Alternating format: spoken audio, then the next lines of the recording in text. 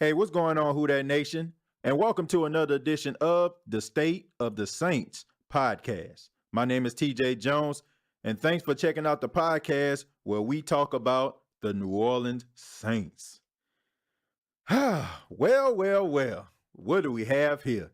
The New Orleans Saints beat an undefeated team. That's right, the New Orleans Saints knock off the undefeated Los Angeles Rams by a score of 45-35.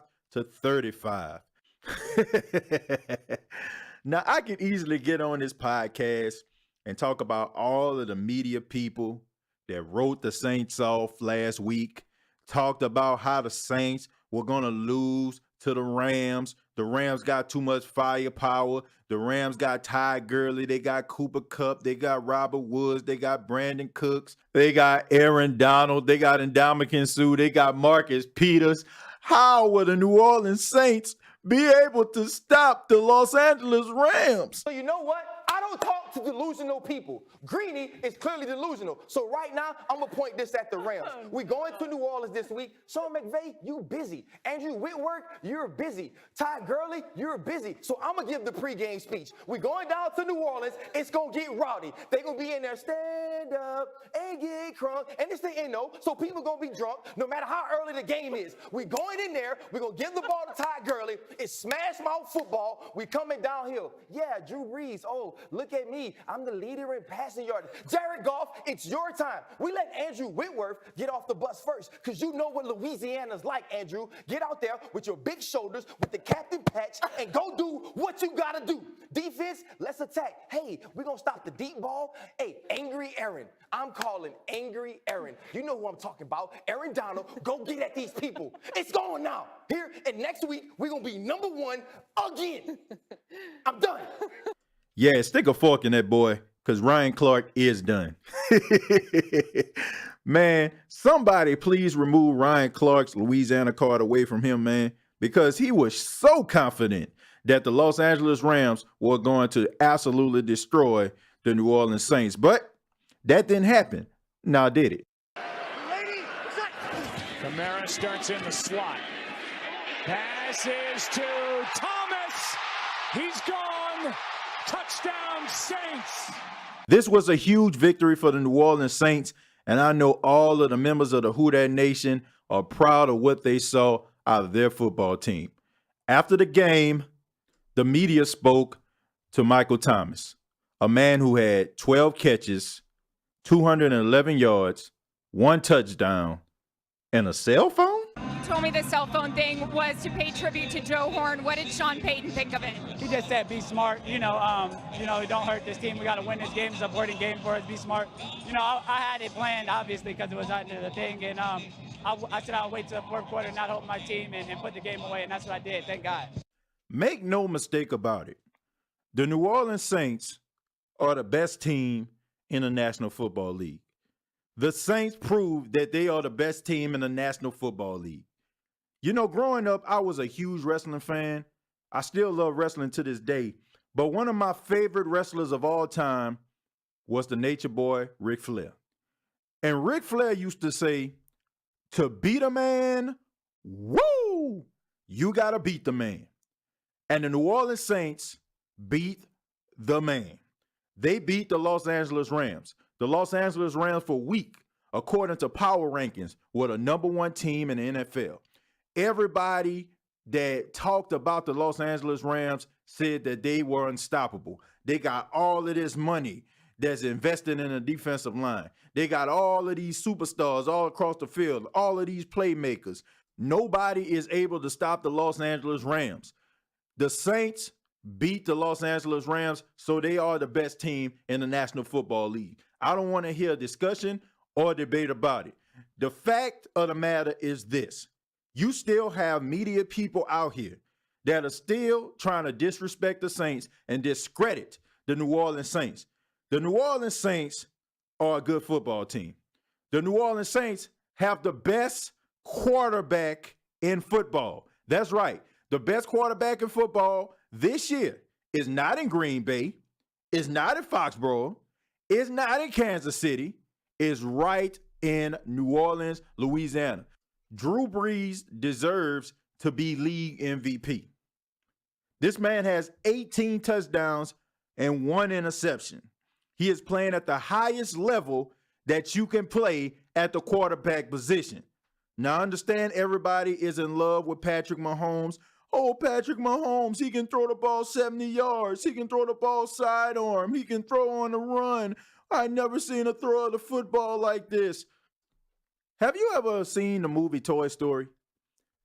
It was one of my favorite movies growing up, but it was a great story. It was about this boy named Andy who had a toy that was named Woody. Woody was a cowboy, and Woody was Andy's favorite toy. Andy had a birthday party, and his mom brought him a brand new toy named Buzz Lightyear. And all of a sudden, Andy started playing with Buzz Lightyear and for a minute forgot that Woody existed. And there wasn't anything wrong with Woody. Woody was still a good toy. When you pull Woody's pull string, he still said, "Reach for the sky. There's a snake in my boots." He still worked. But Andy was so focused on Buzz Lightyear. Now I know what you're probably thinking to yourself, what does this have to do with Drew Brees? Well, Drew Brees is Woody. Woody wasn't anything spectacular. I mean, if you ever seen Woody, legs dangled. I mean, he was made mostly of cotton. I mean, he just had a little hat and you pull his string and all of a sudden he only say about 3 words. But Buzz Lightyear, man. Buzz Lightyear, when you press his button, he say about 4 or 5 words. You press a button on his chest and wings flap out. You press another button and his helmet flies off. That is what Patrick Mahomes is. Patrick Mahomes is Buzz Lightyear. He is the bells and whistles. He's the guy who can go out there and wow people. But Drew Brees is just the toy that works. He's not going to wow you with his arm strength. He's not going to wow you with running outside the pocket and making all type of dynamic plays running down the field. He's not going to wow you with 4.5 speed. But what he does is he matriculates the ball downfield. He's accurate. Matter of fact, he's the most accurate quarterback in NFL history. And people yet to give this man the respect that he deserves. And he deserves to be league MVP. But back to the game. The New Orleans Saints did what they had to do. The New Orleans Saints played about as perfect as you can possibly play in the first half. For the exception of the fumble by Mark Ingram, the New Orleans Saints were perfect offensively. They were 5 for 5 in the red zone. Drew Brees was like red hot. I mean, they scored 35 points in the first half. They did everything that they needed to do offensively. The defense, for the most part, made some stops. Alex Anzalone intercepted the ball, and what a play by Alex Anzalone, because the way he had to reach behind himself just to catch that football, man, extend himself out there like that, man, that was a great play. And that basically set the tone for the game in the first half. But you have to give credit what credit is due. The Los Angeles Rams, they fought back. And it started at the end of the first half when Greg Zuerlein kicked that 56-yard field goal. And, they went into the half down 35-17. And in the second half, the Rams made some stops. And they were able to climb their way back into the game. And that's what a lot of these media people out here saying, that the Rams got what it takes and they can go toe-to-toe with the Saints and this and that and the third. Look, man, give these guys credit because they did something that no other team that faced the Rams have done all season, and that's beat them. The New Orleans Saints had a game plan, and they executed it well. And let's just go ahead and put this out there as well. Alvin Kamara played outstanding. He had 3 first-half touchdowns, and the Rams could not stop him. They could not stop Michael Thomas. Now, I understand they said that Marcus Peters has been hurt. He's been dealing with injuries all throughout the season. But still, man, Michael Thomas went out there and gave that boy that work. And it's about time that we go ahead and put Michael Thomas in the discussion for being the top receiver in all of football. I know we fall in love with OBJ and we love Julio and we love Adam Thielen, and those guys deserve the credit. But Michael Thomas deserves to be in that discussion. I see a lot of top 5 lists, and I never see Michael Thomas' name on the list. There's always somebody else that's in a league that was good about 2-3 years ago and still living off reputation, like Odell Beckham Jr. I'm just calling for what it is.